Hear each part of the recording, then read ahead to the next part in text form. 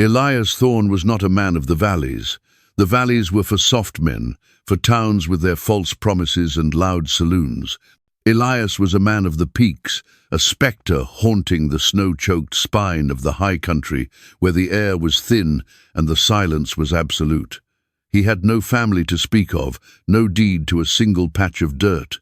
His only possessions were a grizzled mare as stubborn as he was, a Winchester rifle that had seen better days, and a profound, bone-deep quiet that had become his only real companion. This winter, the mountains had chosen to be particularly cruel. The wind was a blade, sharp and relentless, carving new shapes into the drifts and howling through the pines like a choir of grieving ghosts. Hunger was a constant, gnawing presence that thinned the herds of elk and made the wolves bolder. For Elias, survival was a grim calculus of calories spent versus calories gained, a brutal negotiation with a merciless God. He was a creature of instinct now, his senses honed to the slightest shift in the wind, the faintest crack of a twig under the snow. It was this instinct that screamed at him now, a silent alarm ringing in the back of his mind. Something was wrong. It was late afternoon. The sun, a pale, useless coin in a sky the color of lead. He was tracking the trail of a lone buck, his breath pluming in the frigid air, when his eyes caught it, a splash of color where none should be, not the muted gray of rock or the dark green of pine.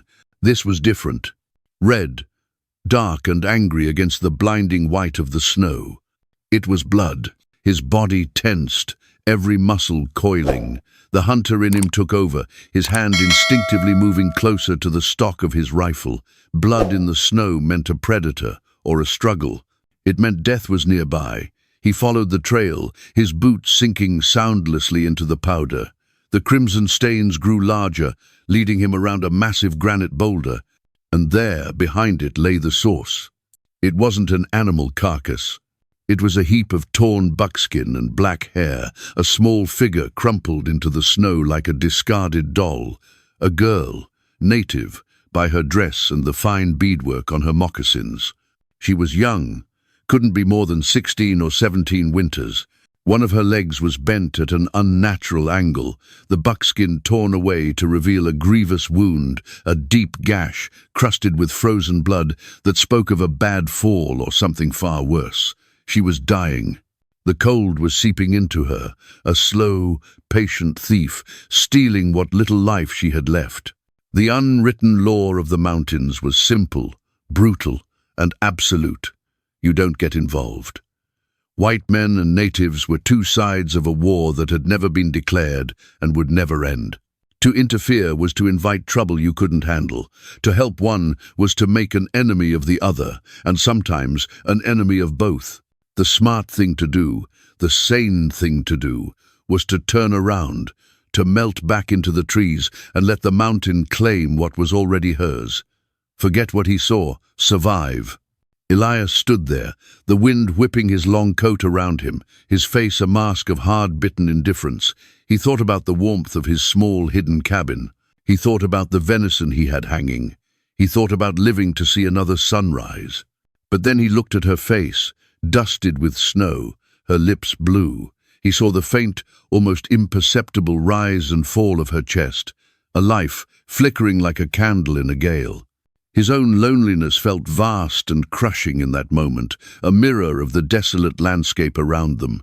To leave her here, it wasn't just a sentence of death, it was a damnation. An act of cruelty so profound it would poison the very silence he called home.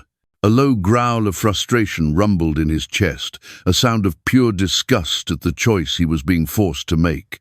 This wasn't compassion. It was a raw, angry defiance against a world that would let a child die alone in the snow. He knelt, his movements slow and deliberate, the caution of a man approaching a wounded wolf. He gently brushed the snow from her face. Her eyes fluttered open, dark and dazed, clouded with pain and fading awareness. They held no fear of him, only a vast, empty exhaustion. In that gaze, Elias saw the finality of her situation. She had already surrendered to the cold. In that instant, Elias Thorne, a man who had built his entire existence on the principle of self-preservation, made a choice that defied every law of survival he had ever known. He would not let her die. Not like this. With a grunt, he slid his arms beneath her, surprised at how little she weighed. She was just bones and buckskin. As he lifted her from her frozen bed, a soft, broken sound escaped her lips, not a word, just a sigh of pain. He adjusted her weight, cradling her against his chest, her head lolling against his shoulder. He pulled his collar up, trying to shield her face from the biting wind. He had just traded the simple, honest cruelty of the mountain for the complicated, treacherous cruelty of men. And as he began the long, impossible trek back to his cabin, he knew with a certainty that chilled him more than the wind itself, that a reckoning was coming. He could already hear its footsteps in the howl of the wind. If you're enjoying this story, comment number 1 down below and hit that subscribe button. You'll help us get to 1,000 subscribers and encourage us to create more incredible Wild West tales just like this one. Now, let's see what happens when Elias tries to get her to safety. The journey was not a journey. It was a sentence. A punishment Elias had inflicted upon himself, with each grueling step a new lashing against the raw canvas of his endurance. The girl was a dead weight in his arms, her small frame impossibly heavy, a leaden anchor of another person's fate, threatening to drag him down into the white oblivion. The mountain, which had been his sanctuary, a harsh but honest partner in solitude, was now his enemy. It fought him for every inch. The wind was no longer just wind. It was a physical force with claws and teeth, a malevolent entity that tore at his clothes, searching for any seam or gap to sink its icy fangs into his skin. Its howl was a constant, mocking scream in his ears, a chorus of every ghost that had ever perished in this unforgiving wilderness, welcoming a new pair of souls. Every step was a new betrayal. The powder-fine snow that looked so pure and soft from a distance was a liar.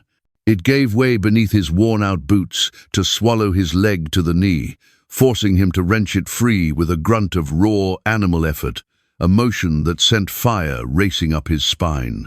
Underneath this treacherous powder, hidden pockets of black ice lay in wait like traps, threatening to shatter his ankle with a single misstep. He moved through a world of shifting white and deepening grey, a hostile landscape with no landmarks, no mercy, only varying degrees of misery. The burn in his lungs was a fire that gave no warmth, each breath a desperate gasp of air so cold it felt like swallowing glass. The muscles in his back and shoulders, hardened by years of labor, screamed a protest that quickly turned into a dull, unending roar of agony.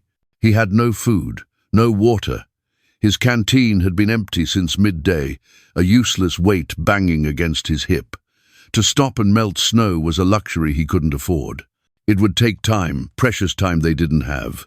To stop was to let the cold, that patient predator, sink its roots deep into their bones. To stop was to die.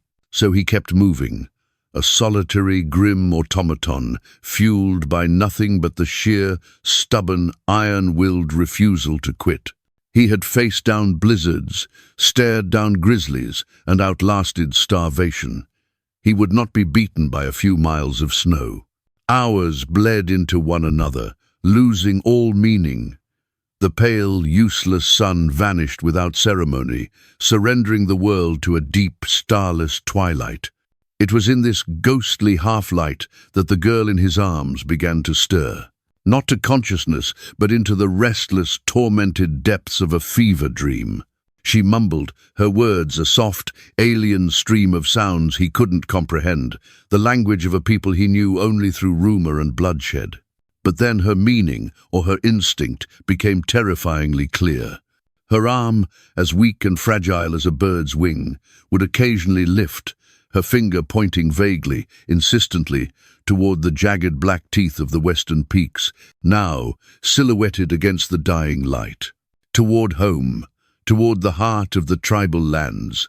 A cold dread, entirely separate from the creeping frost on his skin, settled deep in his gut. He wasn't just carrying a dying girl to the safety of his cabin anymore. His cabin was in the opposite direction. He had at some point made a subconscious choice, guided by her feverish directions. He was marching into the one place on earth a man with his skin color should never go.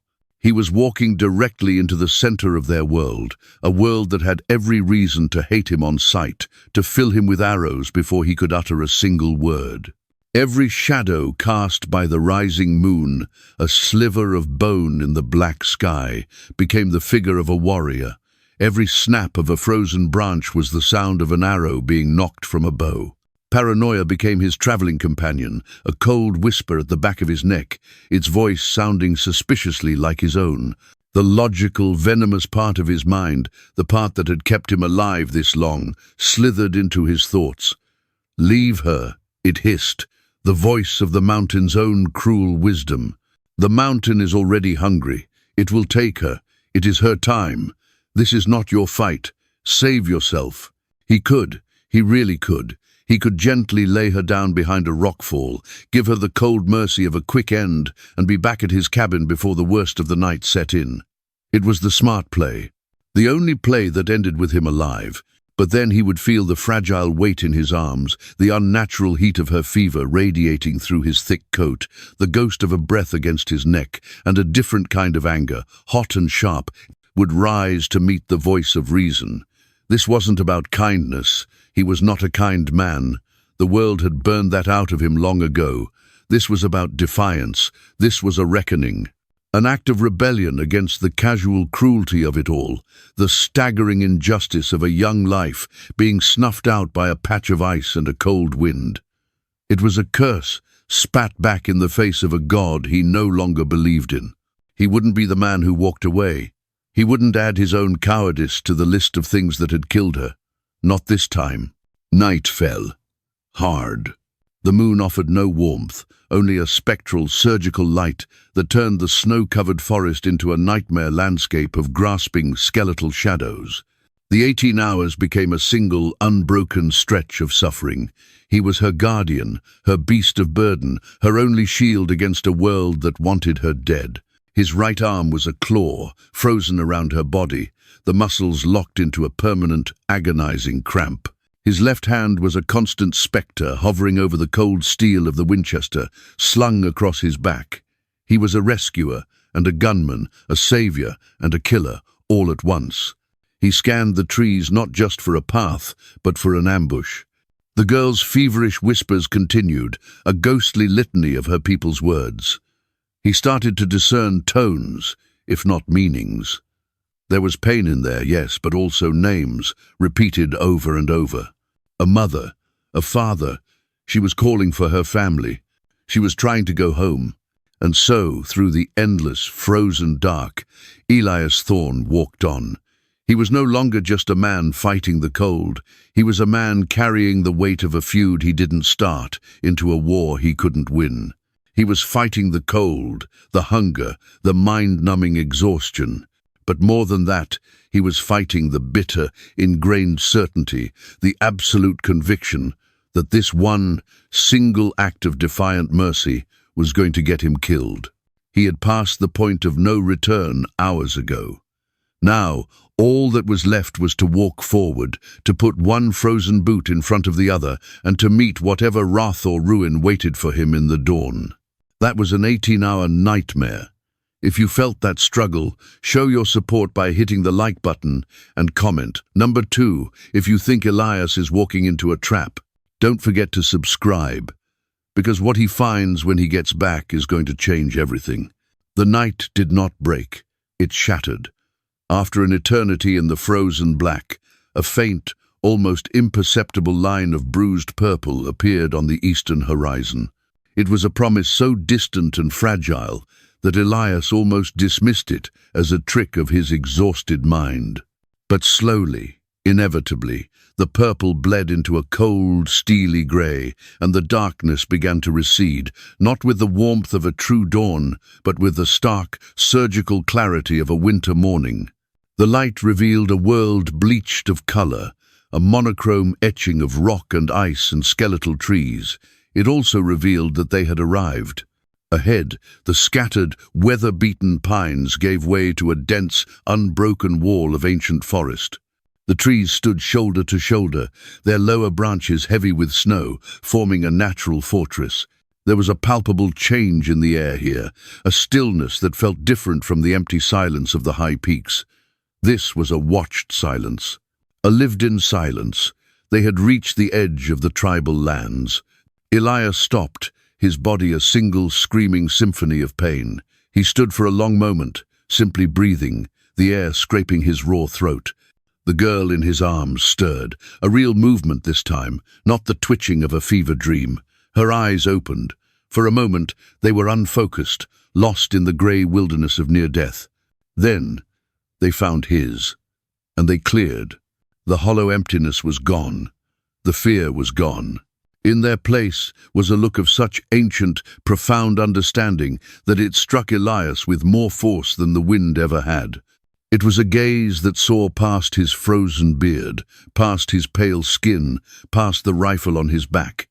It saw the 18 hours. It saw the struggle. It saw the choice he had made when he could have walked away. He gently, carefully lowered her to her feet. Her legs trembled, threatening to buckle, but she placed a hand against a frozen pine to steady herself. She was weak, a ghost of a girl, but she was alive, and she was standing. They stood facing each other in the dawn's bleak light, two survivors of an ordeal that had no name, separated by a gulf of culture and blood and history, yet bound by the simple, brutal truth of what they had just endured together. No words were exchanged. Words were a currency for a different world, a world of lies and negotiations. Here, in the stark honesty of the wilderness, they were unnecessary. Her gratitude was not in a smile or a phrase. It was in the steady, unwavering intensity of her gaze. It was a solemn acknowledgement, a debt recognized. Her hand, thin and chapped, disappeared into a small leather pouch at her waist. When it emerged, it held a small, smooth, dark stone. It was a river rock, polished by a millennium of current, but its surface was not untouched. Intricately carved into its face was the unmistakable image of a soaring eagle, its wings spread wide, its eye a tiny, sharp speck of quartz that seemed to glitter with its own inner light. It felt cool and heavy in her palm. She took a step forward, her movements deliberate. She took his gloved hand, its raw, chapped knuckles a testament to their journey, and uncurled his stiff fingers. With a reverence that felt like a prayer, she placed the stone in the center of his palm and closed his fingers around it. Her hand lingered for a second, a brief, fleeting touch of warmth against his frozen skin. And then she was gone. She didn't say goodbye. She didn't look back. She simply turned, and with a resilience that defied her injuries, she walked into the deep woods. The forest swallowed her whole. One moment she was there, a fragile figure of buckskin and black hair against the snow. The next, she was a memory. The silence she left behind was louder and more profound than the howling of the wind had ever been. Elias stood alone, the carved stone, a cold, solid weight in his hand. The purpose that had driven him for 18 agonizing hours had vanished, and in its place, a crushing, absolute exhaustion crashed down on him. His legs felt like lead, his mind was a fog. All he could think of was fire, sleep, the primal needs of a body pushed beyond its limits. He turned his back on the silent forest and began the slow, stumbling trek back toward the small hidden cave that had served as his temporary shelter. It was miles away, but it was his only hope of surviving the day. The return journey was a blur of instinct and muscle memory. He moved without thought, his body on the verge of collapse. When he finally saw the familiar outcrop of rock that marked his cave, a wave of relief so powerful it almost brought him to his knees washed over him. He was close. He was safe. But as he shuffled the final few yards, his eyes, trained to read the story of the snow, saw something that made his blood turn to ice. A mark, a hoofprint, sharp and clear in a patch of wind-scoured snow. Then another and another. His head snapped up, his exhaustion evaporating in a flash of pure adrenaline. He scanned the area around his cave. It wasn't one horse, it was dozens.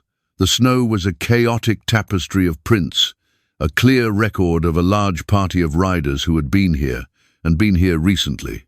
They hadn't been clumsy, they had been careful, but you couldn't move that many horses through this country without leaving a sign.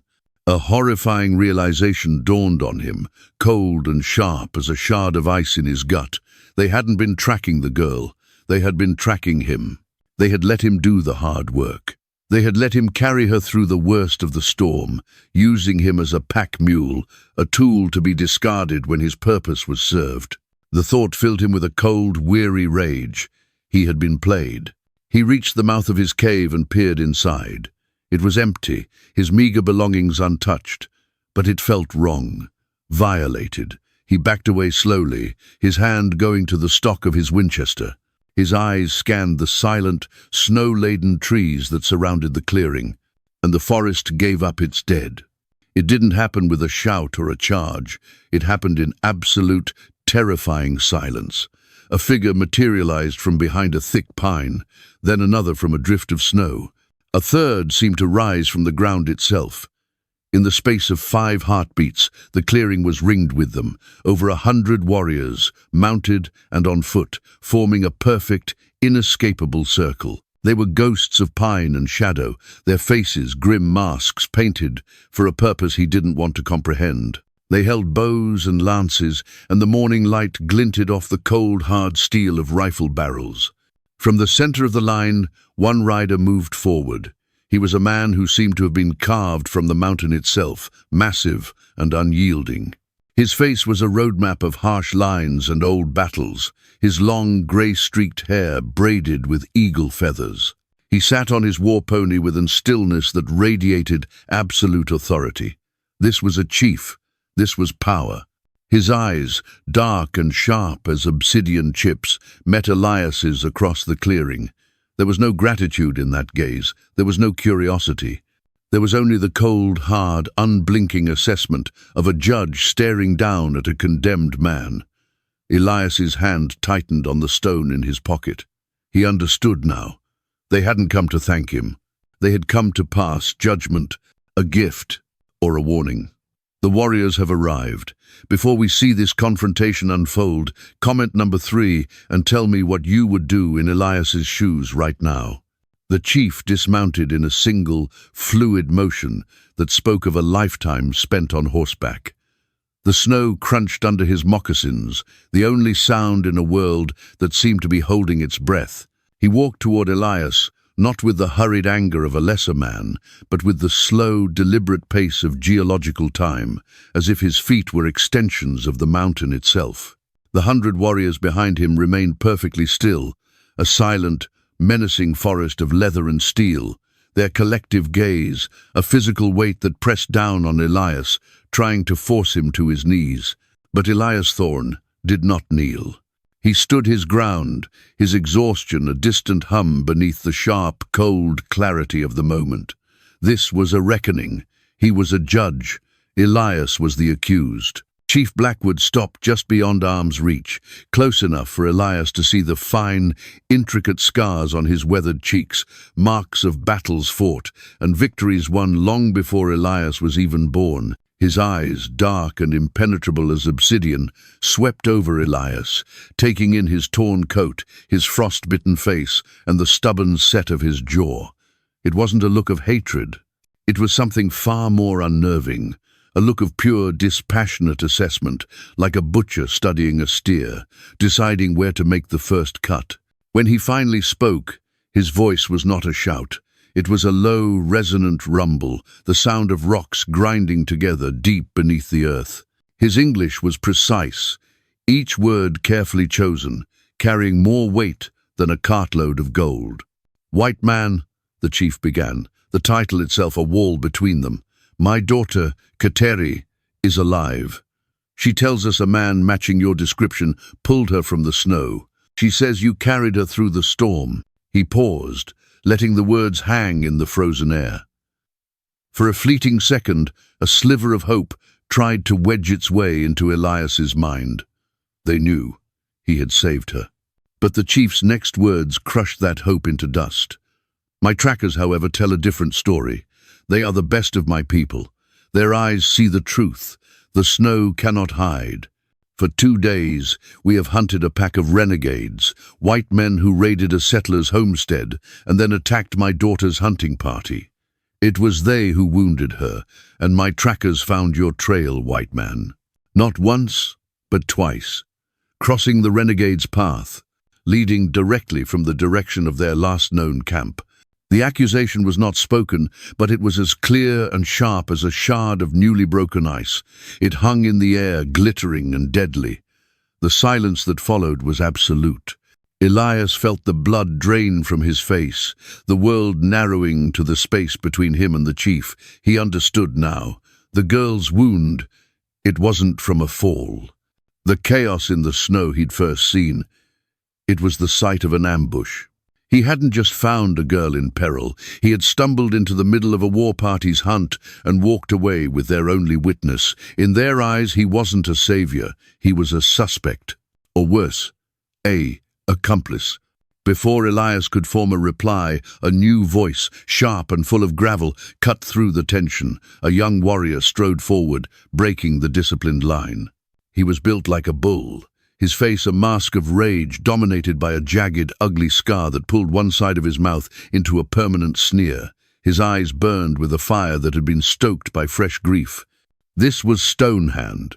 "He lies," Stonehand spat, his broken English thick with hatred.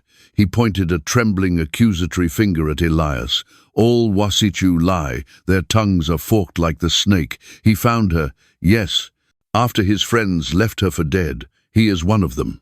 A scout, sent to see our strength, to count our warriors." The words were like sparks on dry tinder. A low murmur, like the growl of a great beast, rippled through the ranks of the warriors. Fists tightened on lance hafts, eyes narrowed to slits. They had come here for vengeance, their blood hot with the need for justice, and they had found a target, a perfect target, a lone white man, caught dead to rights. "They killed my brother 2 moons ago." Stonehand's voice cracked with pain. The raw wound of his loss laid bare for all to see. "Shot him in the back, for sport. This man is no different. He wears the same skin. He breathes the same poisoned air. He helped her only to save himself when he knew we were close. He is a coward and a snake." Elias watched as Stonehand's poison spread through the crowd. He saw their discipline waver, replaced by a raw, hungry mob mentality. He was no longer a man to them. He was a symbol. He was every broken treaty, every stolen acre of land, every murdered child. He was the embodiment of their pain, and they were ready to wash that pain away with his blood. He had to speak. His own anger, cold and righteous, rose to meet their blind fury. The injustice of it was a bitter pill.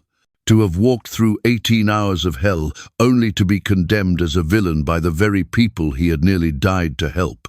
He pulled his hand from his pocket, opening it slowly. He held it out, palm up. Lying in the center was the carved stone eagle. The morning light caught the tiny quartz eye, making it flash. "Your daughter," Elias said, his voice quiet but carrying in the tense silence, "gave me this."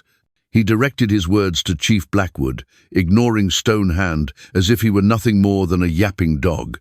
"I found her bleeding in the snow. I carried her. That's the whole story.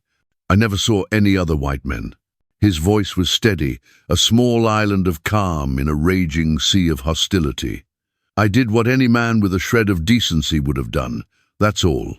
But his words were wind against a granite cliff. Stonehand let out a harsh, barking laugh. "A trick. A trinket he stole from her while she was weak. Do you see? He admits he touched her. For that alone he should die." The cry was picked up by others. "He dies. Let us have him. Justice for the boy." Elias's gaze remained locked on Chief Blackwood. The chief's face was unreadable, his expression as impassive as the stone it resembled. He had not moved. He had not spoken. He simply watched, letting the fury of his men build, letting the fire of their hatred grow hotter. Elias felt a profound and weary hopelessness settle over him. He had offered them the truth. He had shown them the proof, a gift given in gratitude, and it meant nothing. It was a pebble thrown against a fortress wall. They didn't want the truth. They wanted a sacrifice. They wanted a funeral pyre, and he was the wood they had gathered to burn. The circle of warriors tightened, a human noose drawing ever closer, and Elias Thorne stood utterly and completely alone, with nothing left but a useless stone and a principle that was about to get him killed. He's been accused. If you believe Elias is innocent, smash that like and share button to show your support. Comment number 4, if you think the chief is making a huge mistake, stick around because a surprise witness is about to step out of the shadows. Stonehand's hand went to the hatchet at his belt. The movement was not a threat, it was a signal, a promise of violence. The circle of warriors surged forward, a human tide of grief and rage, the air thick with the promise of blood, the creak of leather, the sharp intake of 100 breaths. The almost imperceptible sound of bowstrings tightening it was the sound of a man's life coming to an end. Elias braced himself, his body a pillar of defiance, his eyes fixed on the chief. If this was his end, he would meet it on his feet. He would not give them the satisfaction of seeing him fall. The first warrior lunged, and then a voice cut through the clamor. It was not loud, but it was as clear and sharp as breaking ice, and it stopped every man in his tracks. The voice was high, feminine, and it spoke in the liquid cadence of their own tongue. It was a sound so unexpected in this moment of brutal masculine fury that it shocked the warriors into stillness. A path parted in the line of men. 2 older women, their faces maps of concern, walked through, supporting a third figure between them. It was Kateri. She was not the half-dead girl from the mountain, nor was she the silent, grateful figure from the dawn. The girl who stood before them now was transformed. Her body was still fragile, her face pale with exhaustion and pain, and she leaned heavily on the women for support. But her eyes were on fire. They burned with a fierce, unwavering light, a blaze of purpose that seemed to consume her weakness.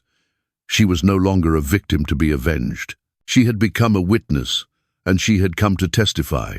Her gaze swept over the warriors, over the hate-contorted face of Stonehand, and finally it rested on her father. She gave a slight nod, a gesture of respect, and then she began to speak. Her voice, though weak, carried to every corner of the clearing. She spoke only in her own language, a river of words that Elias could not understand, but whose meaning was carried in the raw, undeniable power of her tone. Chief Blackwood's stony expression remained, but his eyes were fixed on his daughter, listening with an intensity that seemed to block out the rest of the world. She started her story with the renegades. Her voice was sharp with remembered terror as she spoke of the sudden, brutal attack. She described the crack of their rifles, the cruel laughter, the searing pain as the bullet tore through her leg. She spoke of the chaos, the fear, and her desperate flight into the blizzard, a wounded animal trying to outrun the pack. The warriors listened, their own anger validated, their jaws tight as they relived the violation through her words. This was the story they had expected to hear. Then she spoke of the cold.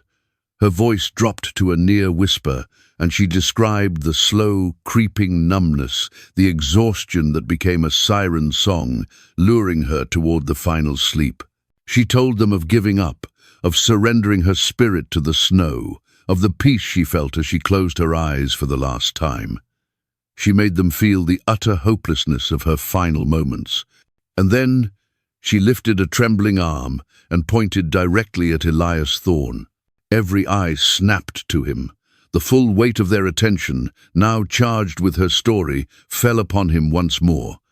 But this time, it was different. Her voice rose, gaining strength. She was no longer speaking of victimhood.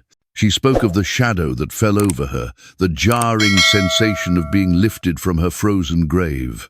She described waking in the arms of a Wasichu, the enemy, his face a grim mask of effort, his breath a ragged cloud in the freezing air.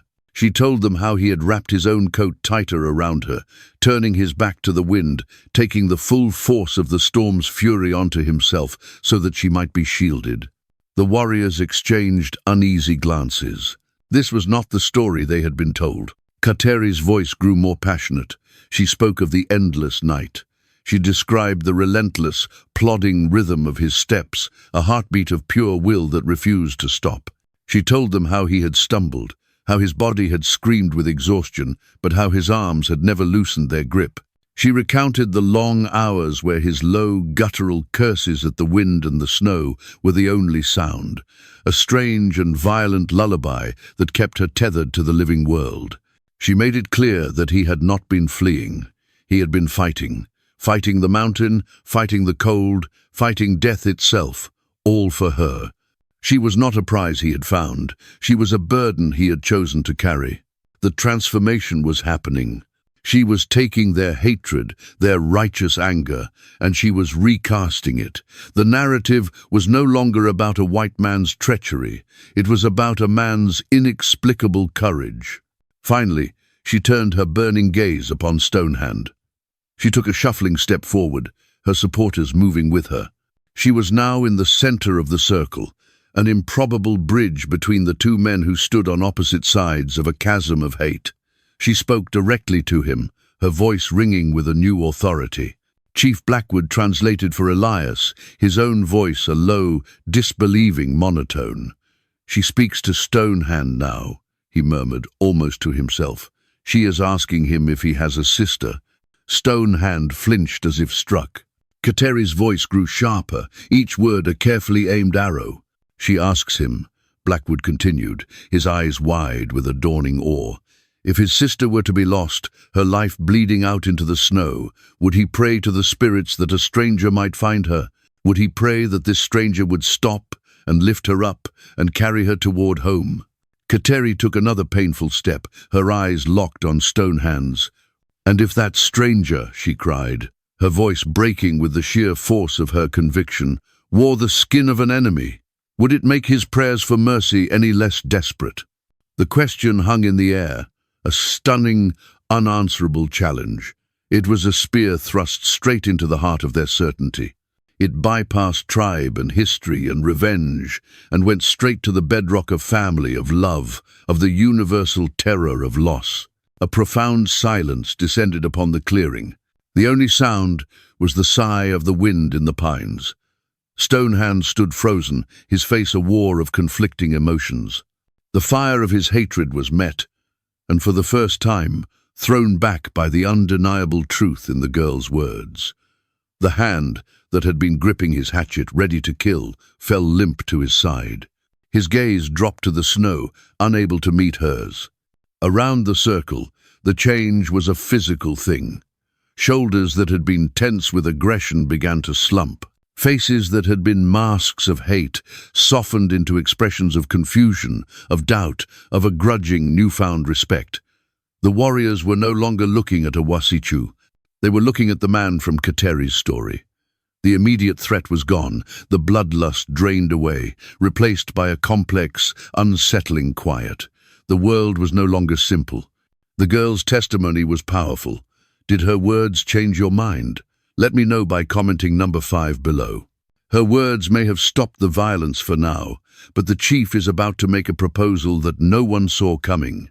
Chief Blackwood stood unmoving in the deafening silence, a pillar of granite amidst the wreckage of his warrior's certainty. His gaze shifted from his daughter's defiant, luminous face to the ashamed, downcast eyes of Stonehand.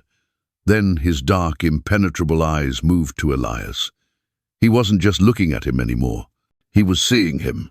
The chief's gaze dropped to Elias's outstretched hand, still holding the carved eagle stone, a silent testament to a debt offered and, until now, refused. He surveyed the scene, the circle of confused warriors, the 2 women supporting his daughter, the lone white man who stood at the center of it all. He was a leader, and his people were adrift. The old rules, the simple, satisfying mathematics of blood for blood, had been fractured by the words of a girl. A new path was needed. For a long time he said nothing. He let the silence work, letting the weight of his daughter's testimony settle deep into the hearts of his men. He was observing the shift, the subtle but undeniable change in the atmosphere. The scent of blood had faded, replaced by the unfamiliar scent of doubt. The ground had shifted beneath their feet, and it was his duty to find solid footing for them once more. Finally he spoke, and his voice once again commanded the world to listen. It was not the voice of a judge anymore, nor that of an executioner. It was the voice of a chief, a strategist weighing the pieces on a complicated board. "My daughter has spoken the truth," he declared, his voice rolling across the clearing. The statement was a rock dropped into a still pond, its ripples spreading through the ranks. He had sided with her. He had accepted her story, a collective sigh, a release of tension so profound it was almost audible, passed through the warriors. Her spirit is strong, her words have honor. He turned his full attention to Elias. "She has told us what you did, but she cannot tell us what you know." The chief took a step closer, his eyes narrowing with a shrewd, calculating intelligence. "The story my trackers tell is also true. Your trail crosses the path of the renegades. You have been in the same mountains, walked the same ground. These men, they are ghosts. They strike and vanish. They know the high passes, the hidden canyons. They move through these mountains in ways my own warriors cannot. They think like you. They move like you." Elias felt a cold knot tighten in his stomach. He knew where this was going. This was no longer a trial. It was becoming something else entirely. Something far more complex, and perhaps far more dangerous. "Words cannot erase footprints in the snow," the chief continued, his logic as sharp and inescapable as a hunter's trap. "Honor cannot heal my daughter's wound. My people demand justice. Stonehand's brother still lies in a cold grave. The renegades who did this must be found. They must pay for their crimes. The blood debt must be settled." He paused, letting the weight of that sacred duty settle back upon his men, reminding them of their purpose. Then he delivered the masterstroke, a proposal so unexpected, so contrary to every known rule of their world, that it left every man, including Elias, completely stunned. "You will not be judged here today as an enemy," Chief Blackwood announced, his voice ringing with authority. He was no longer asking, he was commanding. "But you will not walk away a free man. Your fate is not yet decided. You will prove the truth of my daughter's faith in you. You will prove it not with words, but with action." He pointed a long, powerful finger toward the restless horses. "You will ride with us, not as a prisoner, not in chains. You will ride at the front, with me. You know these mountains, the dark folds of the land, the forgotten trails, the high hunting grounds that even our best scouts avoid. You will be our guide. You will lead us to the den where these snakes hide." It was an impossible offer, a suicide mission wrapped in the guise of a second chance. He was to lead a war party of men who, 10 minutes ago, were ready to tear him limb from limb on a hunt for a pack of ruthless killers who would shoot him on sight. He would be caught between two fires, a man belonging to neither world, trusted by no one. To refuse was to confirm their deepest suspicions. It would be an admission of guilt, a death sentence delivered on the spot. To accept was to walk willingly into the jaws of a trap, placing his life in the hands of 100 grieving, volatile warriors, and a chief whose motives were as unreadable as the ancient rock of the mountains. Elias's mind raced, weighing the impossible choices. He looked at the faces of the warriors. He saw the doubt, the reluctant curiosity that had replaced their blind rage, but he also saw that their hatred was not gone. It was merely sleeping, coiled just beneath the surface, ready to strike at the first sign of betrayal. He looked at Stonehand, whose face was a thunderous mask of humiliation and fury. Trusting his back to that man would be madness. Then he looked at Kateri. She was still watching him, her dark eyes filled with a desperate, pleading hope. She had done the impossible. She had faced down her own people, challenged their most sacred beliefs, and bought him this one fragile chance. She had put her own honor, her own standing, on the line for him. In her eyes, he saw not just a plea for his help, but a belief in his character that he hadn't known anyone, including himself, still possessed. She had offered him her trust. To turn away now would not just be an act of self-preservation, it would be a betrayal of the only act of pure grace he had witnessed in a decade. The decision was made. There was no other choice. There never had been. Elias met Chief Blackwood's unflinching gaze. The exhaustion, the pain, the cold, it all faded away, replaced by a single sharp point of focus. He gave a short, sharp nod. One single motion. "I will lead you," he said, his voice raw but firm. A murmur of disbelief and shock ran through the warriors. Stonehand's head snapped up, his eyes wide with incredulous rage. But Chief Blackwood simply nodded back, a flicker of something respect, satisfaction in his dark eyes. He turned and issued a rapid series of commands in his own language. The trial was over. The tense, static confrontation exploded into a flurry of purposeful activity. Horses were gathered, rifles were checked, rations were distributed. Elias Thorne, the lone trapper, the mountain ghost, was brought a horse, a wiry, agitated war pony that eyed him with deep suspicion. He swung himself into the saddle, his aching body protesting every movement, the carved eagle stone, a solid, heavy weight in his pocket. Kateri was led away by the women, but not before she gave him one last look, a look of profound, silent gratitude that was both a blessing and a heavy burden. The confrontation had ended. A hunt was about to begin. Elias Thorne, the man who wanted nothing to do with the world, was now riding at the head of a Comanche war party, leading them into a battle that was not his own. He was no longer a savior or a suspect. He was now a reluctant, and possibly temporary, ally. An unlikely alliance is born. Do you trust Chief Blackwood's offer? Before we ride into battle, like, share, and subscribe so you don't miss a single moment of our Wild West stories. And comment, number 6, if you think this is a suicide mission for Elias. The alliance rode in a tense, unnatural silence. For 2 days, Elias led them deeper into the mountains than most of the warriors had ever ventured. He pushed them through narrow, wind-scoured canyons that tore at their legs, up treacherous scree slopes that tested the endurance of their horses, and along knife-edge ridges where a single misstep meant a final, fatal fall. He did not speak unless spoken to, answering Chief Blackwood's curt questions with shorter, curter answers. He was their guide, not their friend, a tool to be used. The silence from the warriors was a heavy cloak of suspicion. They watched his every move. Stonehand rode the closest, his eyes burning into Elias's back, a constant, hateful pressure. He was waiting for a mistake, for a sign of betrayal, ready to be the one to drive a lance through the white man's heart. But as the hours turned into days, the nature of the silence began to change. It was a subtle shift, like the turning of a tide. The warriors, men who lived and breathed the language of the wilderness, began to see. They saw the way Elias read the land, not as a map, but as a living thing.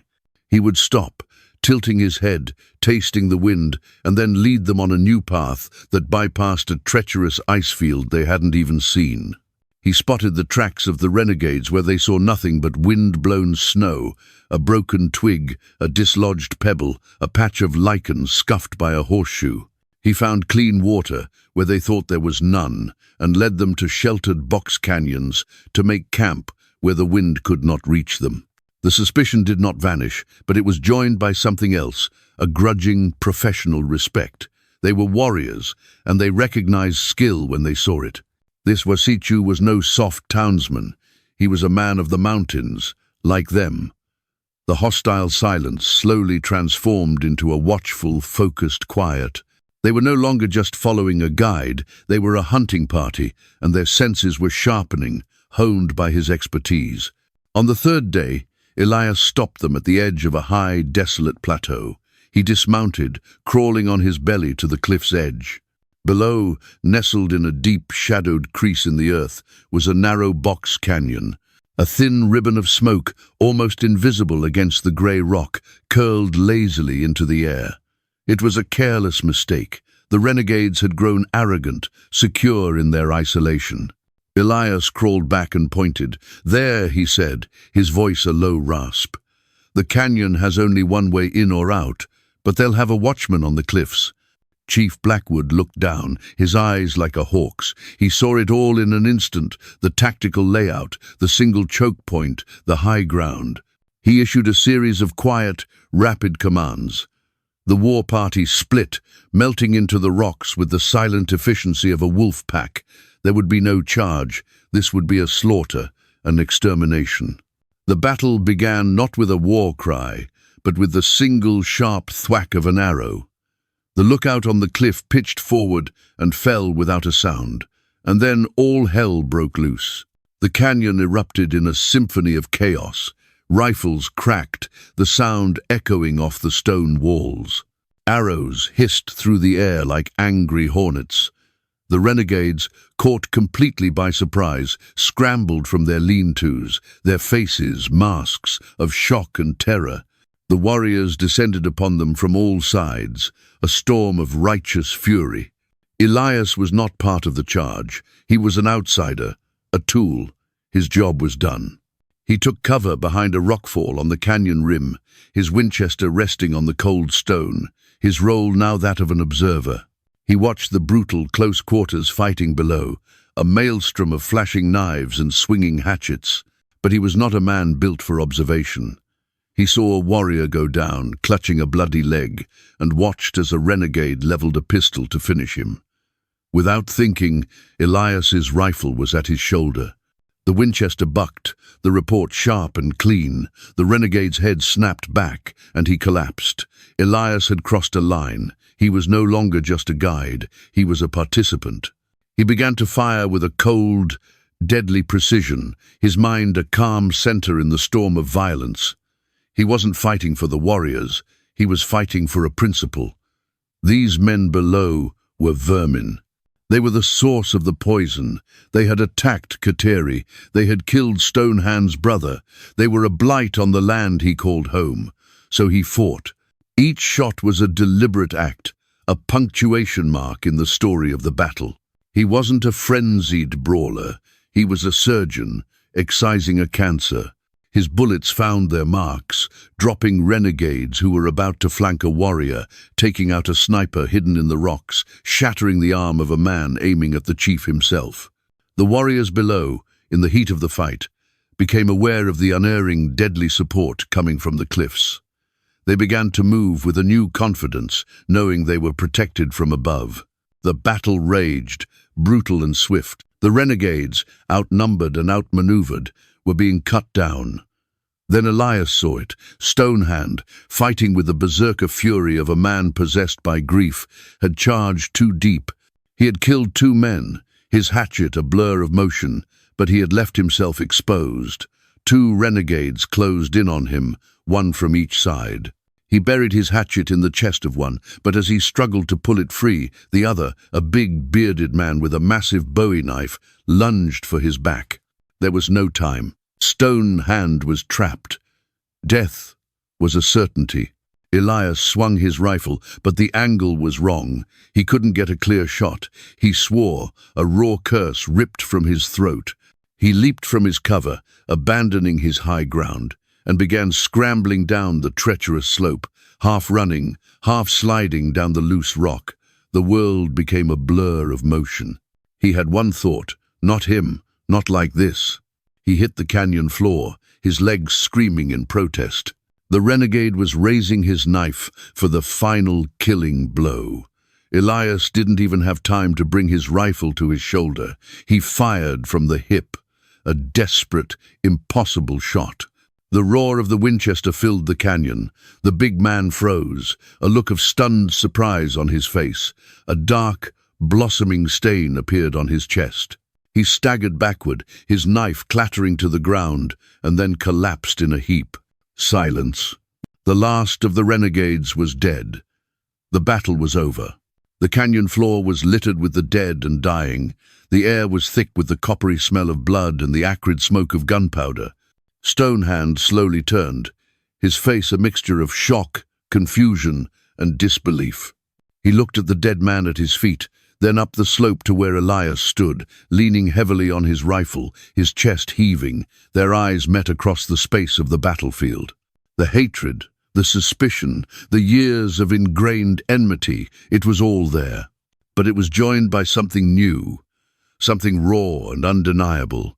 Slowly, deliberately, Stonehand walked toward him. He moved through the carnage, his fellow warriors parting to let him pass. He stopped directly in front of Elias, so close that Elias could see the pulse beating in his throat. The silence was absolute. This was the final test, the final judgment. Stonehand did not speak. Words were useless now. Instead, he slowly raised his hand, a hand stained with the blood of his enemies. He hesitated for a fraction of a second, and then he placed it firmly on Elias's shoulder. It was not a gesture of friendship, it was something more profound, a gesture of recognition, a silent admission of a debt that could never be spoken. It was an acknowledgement, forged in the heat and blood of battle, that the man standing before him was not a wasichu, not an enemy. He was a warrior. The battle was won, and an enemy became an ally. What did you think of that ending? Comment number 7.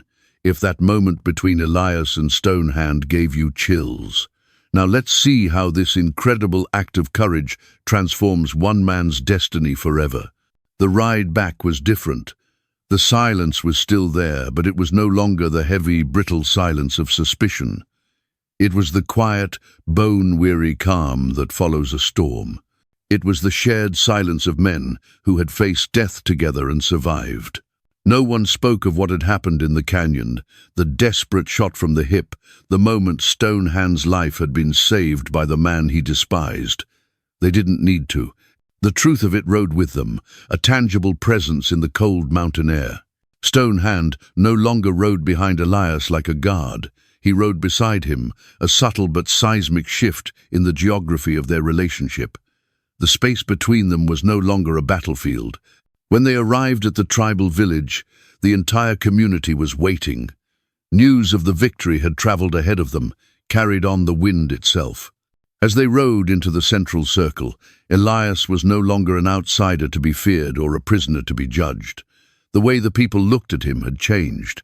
They saw the warrior who rode beside Stonehand. They saw the man who rode with their chief. He was a stranger, yes, but he was the stranger who had helped bring their warriors home. That night, a great fire was lit in the center of the village. It clawed at the darkness, sending sparks dancing up toward the cold, indifferent stars. The entire tribe gathered, their faces painted not for war, but for celebration, their somber victory tempered by the memory of their losses. The spoils from the renegades' camp were piled high, and the scalp of their leader was placed on a ceremonial pole, a grim testament to a debt paid in full. Elias sat near the fire, separate from the families, but no longer isolated from them. He was an anomaly, a grey space between two worlds, and he was content with that. He had done what he said he would do. Soon he would take his horse, ride back to his solitary peaks, and the world would return to what it was. But the world had other plans. When the feasting was done and the stories of the battle had been told and retold, Chief Blackwood rose to his feet. A hush fell over the entire tribe. He held something in his hand, and as he stepped into the full light of the fire, Elias saw that it was the eagle stone, his stone. The chief walked to where Elias sat and stood before him. He did not ask Elias to rise. He addressed him as an equal. "Elias Thorne," he began, his voice resonating with a power that seemed to draw strength from the fire and the assembled tribe. He held up the stone for all to see. "When my daughter gave you this, she did not give you a gift of thanks. In our way, such a thing is not given lightly. This is the mark of the eagle. The eagle is the watcher, the protector, the one who soars above and sees what others cannot, the one whose strength is used to defend the tribe."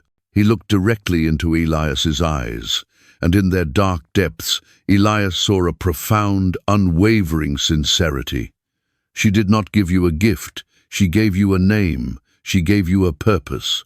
She saw the spirit of the eagle in you when you carried her from the snow. The chief's voice grew louder, projecting to every member of his tribe. Today, in the Canyon of Shadows, you proved her spirit to be true. You were the eye that found our enemies. You were the talon that struck from above. You saved the life of a warrior of this tribe, the son of a man who was my friend, the brother of a man who now stands among us. He gestured toward Stonehand, who stood watching, his face unreadable in the flickering light. You have fulfilled the promise of the name Kateri gave you. The debt is paid, the blood is washed away. Chief Blackwood then did something that shattered Elias's last remaining expectation. He crouched down, placing himself on Elias's level. Therefore you are no longer a stranger who rides with us. You are no longer an ally of convenience. From this night forward, you are under the protection of this tribe. This village is your village. Our food is your food. Any man who raises a hand against you raises a hand against me, against us all. His next words were quieter, meant for Elias alone. We will not ask you to stay. The eagle does not live in a cage. The mountains are your home. We know this. But you will always have a place at our fire. You are Nitai, eagle brother. Elias was speechless. The man who had cultivated solitude like a crop, who had built a fortress of silence around his heart, felt the walls of that fortress begin to crumble. He looked past the chief and saw Kateri watching him, a proud, brilliant smile on her face. He saw Stonehand give him a single, barely perceptible nod of assent. He saw the faces of the warriors he had fought alongside, and he saw no enmity, only acceptance. He had walked into these mountains seeking nothing but to be left alone. He had acted on a single, stubborn impulse of defiance against the cruelty of the world. He had saved a life, not out of love, but out of a refusal to surrender to apathy, and in doing so, he had stumbled backward into the one thing he thought he had lost forever: a family, a tribe. He never went back to his old life. Not really. He still kept his high, lonely cabin, still spent weeks at a time in the silent peaks he loved. But he was no longer a ghost. He would return to the village, not as a visitor, but as a family member coming home. Kateri became the little sister he never had, her laughter filling a space in his life he didn't know was empty. Stonehand became his hunting partner, their silent respect for one another deeper and more durable than any loud proclamation of friendship. Elias Thorne lived a long life in the cradle of those mountains. He learned that the silence he had once sought was not strength, but the absence of it. He learned that true courage wasn't found in facing down the wilderness alone. It was found in the willingness to fight for someone else. The lone cowboy, the man who had no one, had found his people, not by seeking them out, but by answering the call of a single, desperate life in the snow. He had become the man who found a tribe, from a lone wolf to a brother of the tribe. If this story of courage and honor moved you, comment number 8 to let us know. Click on the video on your screen right now for another tale from the Old West, with a twist so powerful you won't see it coming. Thanks for watching. When you strip away the snow, the rifles, and the historical setting, the story of Elias Thorne isn't just a tale from the Wild West. It's a story about the moments that define us. It's about the choices we make when no one is watching, and the unexpected consequences that ripple out from those quiet decisions. For me, watching this unfold, it really hammered home a few truths that feel more relevant today than ever before. First, there's the profound power of acting on that small, quiet voice of conscience, even when every ounce of logic and self-preservation is screaming at you to do the opposite. Elias wasn't a saint. The story makes it clear he was a hard man, isolated and cynical, shaped by a world that had taught him that minding your own business was the key to survival. The smart choice was to walk away from that girl in the snow. It was logical, it was safe, and no one would have ever known. But he didn't. He listened to that deeper, more inconvenient instinct, a flicker of angry defiance against the world's cruelty. How often in our own lives do we face a similar, though less dramatic, choice? We see an injustice, big or small. We see someone struggling. We have an opportunity to help, to speak up, to extend a hand. And that logical voice in our head starts making excuses. It's not my problem. Someone else will handle it. Getting involved is risky. What's in it for me? This story is a powerful reminder that our true character isn't defined by the grand, public gestures we make, but by those small, anonymous acts of integrity. Elias's entire destiny, his transformation from a lonely ghost into a respected brother, hinged on that single, initial choice to not walk away. He couldn't have known where it would lead, but he knew what the right thing to do was in that moment. And that was enough. The second thing that really struck me was the idea of seeing the human being behind the label. To the warriors, Elias was just Wasichu, a white man. He was a symbol of every wrong ever done to them. He was an enemy by default, his individual actions irrelevant in the face of their collective pain and history. Their anger was justified, their suspicion understandable, yet it almost led them to kill an innocent man who had just saved one of their own. It took the powerful, unbiased testimony of a child to force them to look past the label and see the man. We do this every single day. We put people into boxes. We label them based on their politics, their background, their profession, their appearance, or the group they belong to. Once that label is applied, it's so easy to stop listening. It's easy to dismiss their humanity and see only the symbol. Kateri's challenge to Stonehand. If your sister was dying, would you care what skin color the person saving her had, is a question we should all ask ourselves. Are we judging people by the content of their character, as Dr. King famously said, or are we taking the lazy path of judging them by the labels we've assigned?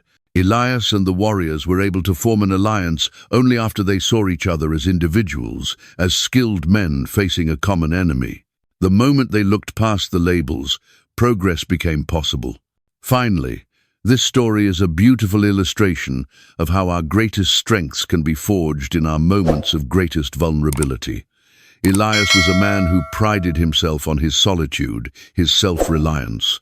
He thought his strength came from needing no one.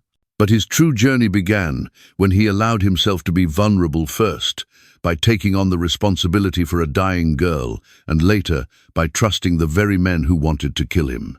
He had to let go of his fierce independence to become their guide. He had to risk his life for Stonehand, the man who hated him most, to truly earn his place. His transformation happened because he let his world be turned upside down. He found his tribe not by seeking it, but by allowing himself to be needed, and eventually to need others. It teaches us that true strength isn't about building walls to keep the world out. It's about having the courage to tear them down. It's about understanding that our connections to other people aren't weaknesses. They are the source of our greatest resilience and our most profound sense of purpose. Elias thought he was at his strongest when he was alone on that mountain, but he was never more powerful than when he stood, shoulder to shoulder, with his newfound brothers. So for me, the lesson isn't just about cowboys and Indians. It's about listening to your gut, looking past the labels, and having the courage to be vulnerable. It's about realizing that sometimes the one single act of kindness you offer to a stranger, with no expectation of reward, can be the very thing that saves you too. Thank you for taking this journey with us through the life of Elias Thorne. If his story resonated with you, if you found a piece of your own life in his struggles and triumphs, please hit that like button and share this video with someone who appreciates a story with a powerful message. And most importantly, subscribe to the channel so you don't miss out on more incredible tales from the Wild West that do more than just entertain, they make you think. We're building a community of story lovers here, and we'd be honored to have you as a part of it. Thanks for watching.